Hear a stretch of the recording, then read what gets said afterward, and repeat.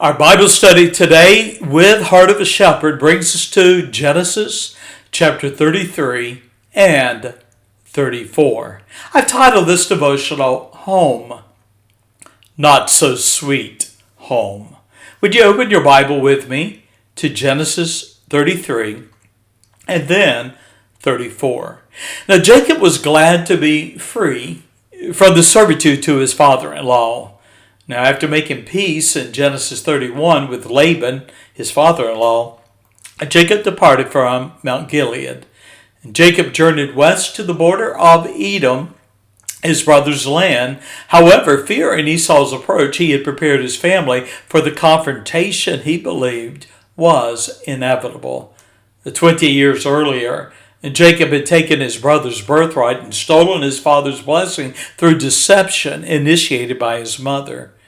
Now, although 2 decades passed, Jacob could not forget that fateful day he fled his home, nor the memory of Esau's threat to kill him. With the news that Esau was coming with 400 men filled Jacob's heart with fear and dread.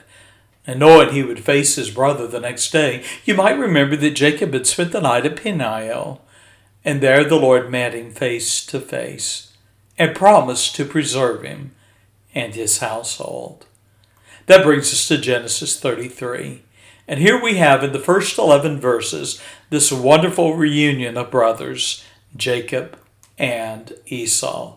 Now as the sun rose the next day, we read in chapter 32 and verse 31 that Jacob bore a limp that he would carry for the rest of his life. He then, in chapter 33 and verse 1, Jacob lifted up his eyes, and he looked, and behold, Esau came, and with him 400 men. It was then that Jacob divided his family in preparation for the meeting with his brother, not knowing if Esau's approach was for good or for revenge. When Jacob encountered his estranged brother, we read in verse 3 that he bowed himself 7 times until he came near to his brother. In an instant, the bitterness and hardness that separated them for 20 years were dissolved. We read that Esau ran to meet Jacob and embraced him and fell on his neck and kissed him. And in verse 4, and they wept. The years and God's blessings had given neither cause for continuing their hostility. Now verse 12 through 20, you'll notice that Jacob stopped short of Bethel.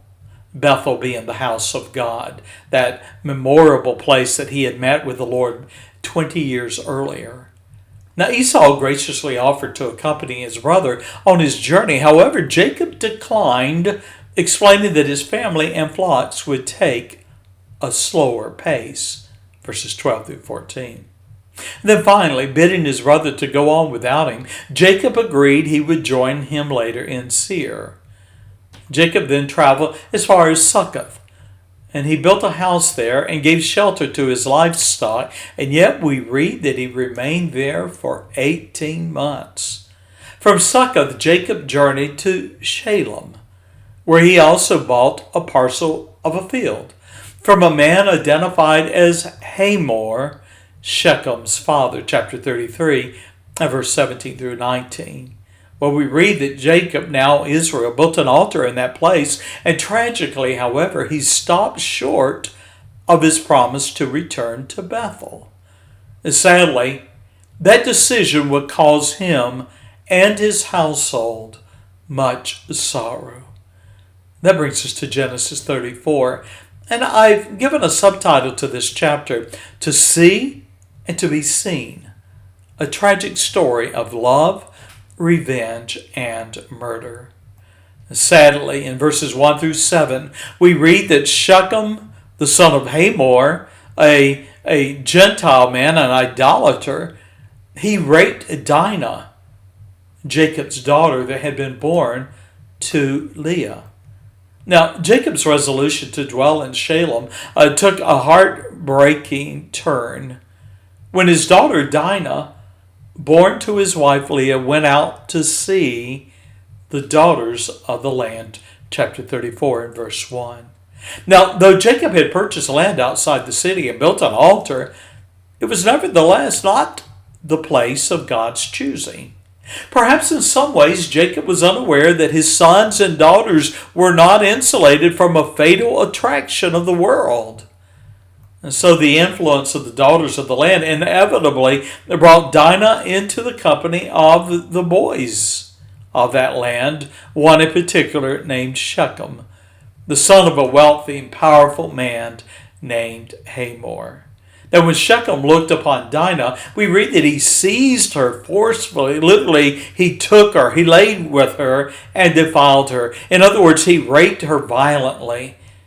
And yet we read that Hamor's soul clave unto Dinah, the daughter of Jacob, and he loved the damsel. The meaning of that love there is a sexual attraction.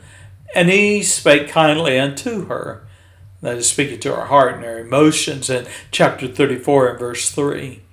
And so he then purposed to take Dinah as his wife. Now, when news of Dinah's rape reached Jacob in verse 5, we read, and I quote, he held his peace until his sons came home. In other words, he did absolutely nothing. And when Shechem's father came to arrange his son's marriage to Dinah in verse 6, her brothers, Dinah's brothers, learned how she had been raped and shamed and humiliated by the man. Well, unlike Jacob, who held his peace, her brothers were furious in verse 7. And then verses 8 through 31, we have a suggestion of compromise and revenge. Now, Hamor, Shechem's father, suggested a compromise that would have meant an intermarriage of the two families. And yet such an agreement breached Jacob's covenant with the Lord and jeopardized his covenant promises. And to appease the wrath of Dinah's brothers, Shechem begged for forgiveness, and he offered to pay whatever dowry was required for her hand. And then in verse 13, plotting the revenge, Jacob's sons agreed to accept Shechem as Dinah's husband, but only if the men of Shalem agreed to circumcision. Verses 14 through 24.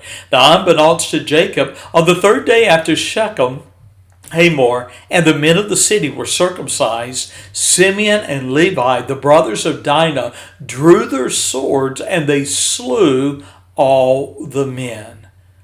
Then Jacob's other sons joined Simeon and Levi, and we read that they raided the livestock and they took the children and the wives of the city captive. Verses 27 through 29. Now when Jacob learned his sons had deceived and killed the men of the city, he protested, for he feared their vengeful, murderous actions would have dire consequences for his household living in the land. And nevertheless, Dinah's brothers evidenced no remorse, and they even challenged their father, asking in verse 31, should he deal with our sister as with a harlot? Well, closing thoughts. Tragically, the heartache and division in Jacob's household are often mirrored in our own families. Believers must accept that no family is insulated from the world's sins, its sorrows, and violence. God-fearing fathers and mothers, however, must be attentive, looking ahead, foreseeing the evil influence of the Hamors of the world. And so I close today's study with two spiritual truths that you and I should remember and heed. The first, we should be cautious regarding our children's acquaintances, that is, their friends, knowing that evil communications corrupt good manners. That's 1 Corinthians chapter 15:33. In other words, be forewarned. Evil companions and friends will corrupt the moral values we seek to instill in our children. And then finally, the last. Never forget that the friendship of the world is enmity with God. And James writes in chapter 4 and verse 4, and whosoever therefore will be a friend of the world is the enemy of God. Well, Jacob's household suffered tragedy. Why? Well, for one, he stopped short of Bethel, where he was to meet with God. Well, my friend, may this be a challenge, especially to moms and dads, that you realize that the burden of your child's friendships rests upon you. They cannot have the discernment that you should have regarding the fact that evil communications, evil companions corrupts even the best of morals that we instill in our children. Well, may we not stop short of finding ourselves and leading our families in the perfect will of God. Well, God bless you, my friend. I pray that our study is practical and challenging. Bye-bye.